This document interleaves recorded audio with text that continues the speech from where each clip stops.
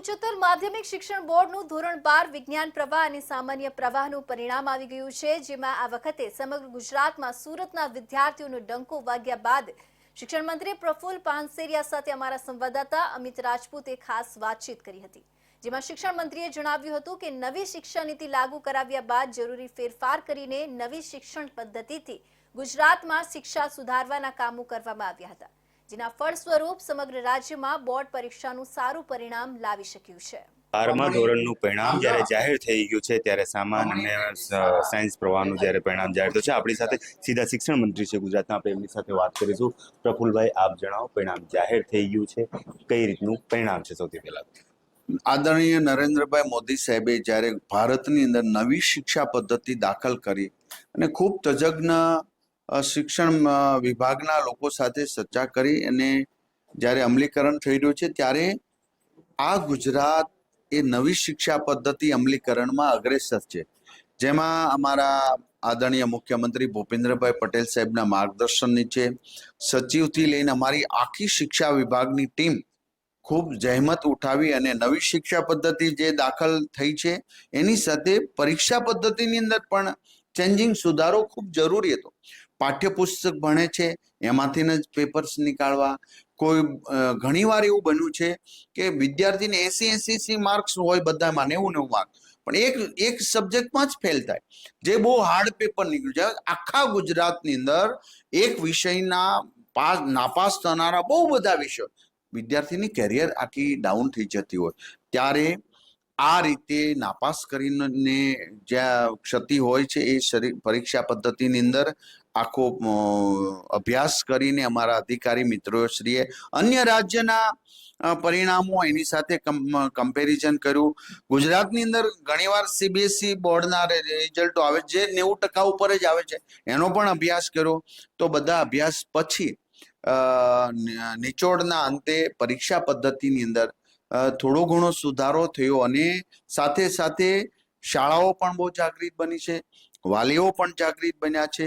અનેક શાળાઓમાં હું ગયો છું, મોટિવેશન સ્પીકરોને બોલાવ્યા છે, બાળકના અંદરથી પરીક્ષાનો હાવ જ 0 લેવલનો કરી દીધો। પરીક્ષા તમે જેમ નેચરલ છો એમ જ જાઓ, જે પરિણામ આવે સ્વીકારો, અને પરિણામ પાસ થાય પચાવવાનું હોય એમ નાપાસ થવાનું પચાવતા શીખવવાની એ વિદ્યા શિક્ષકોએ આપી છે। 1600 શાળાઓ ઉપર જ્યારે 100% પરિણામ લાવી એ ગુરુજનોને હું વંદન કરું છું, કારણ કે એમણે તનતોડ મહેનત કરી। એ વાલીઓને અભિનંદન આપું છું કે જેઓએ સંકલન કર્યું છે, શાળા વાલીઓ અને સરકારની નીતિ પદ્ધતિ બધું સમન્વય સાથે આપણે સારા પરિણામ પ્રાપ્ત કરી શક્યા છીએ। પ્રફુલ્લભાઈ, ધોરણ 1માં કોઈ એડમિશન લેતું હોય, દાખલા તરીકે 100 લોકોએ એડમિશન લીધું, 100 બાળકોએ, ગ્રેજ્યુએશન સુધી તેની ટકાવારી 60-70 થઈ જતી હોય, આ મામલે શિક્ષણ વિભાગની કેવી? બસ આ આદરણીય ભૂપેન્દ્રભાઈ પટેલ સાહેબના માર્ગદર્શન નીચે એ જ કે બાળકનું એક કલા હોય તો એ ટેલેન્ટ સાથે એ ગ્રેજ્યુએશન કરે। માનો કે ફિઝિક્સમાં નાપાસ થયો તો કેમેસ્ટ્રી એનું બહુ મજબૂત હોય છે, બાયોલોજીમાં એ ફેલ થયો હોય તો મેથ્સમાં પાવરફુલ હોય છે, તો એને જે ગમે છે એ વિષયની આગળ જાય। હવે તો ક્રેડિટ પદ્ધતિ આવી છે, તમે FYમાં સાયન્સમાં હોય તો SYમાં તમે બીકોમ કરી શકશો।